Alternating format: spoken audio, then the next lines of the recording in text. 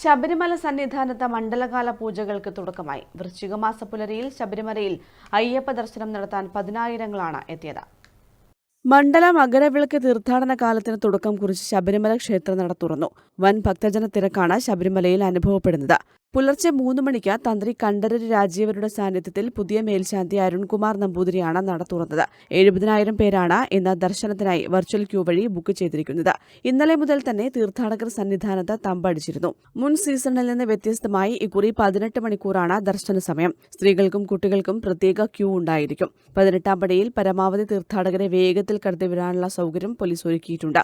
Virtual queue വഴി 70,000 പേർക്കും spot ബുക്കിംഗിലൂടെ 10,000 പേർക്കുമാണ് ഒരു ദിവസം ദർശനം അനുവദിക്കുക. തിരക്കുണ്ടാകാൻ സാധ്യതയുള്ളതിനാൽ പമ്പയിലും സന്നിധാനത്തും കൂടുതൽ പോലീസിനെ വിന്യസിച്ചിട്ടുണ്ട്. News desk, Kannur vision.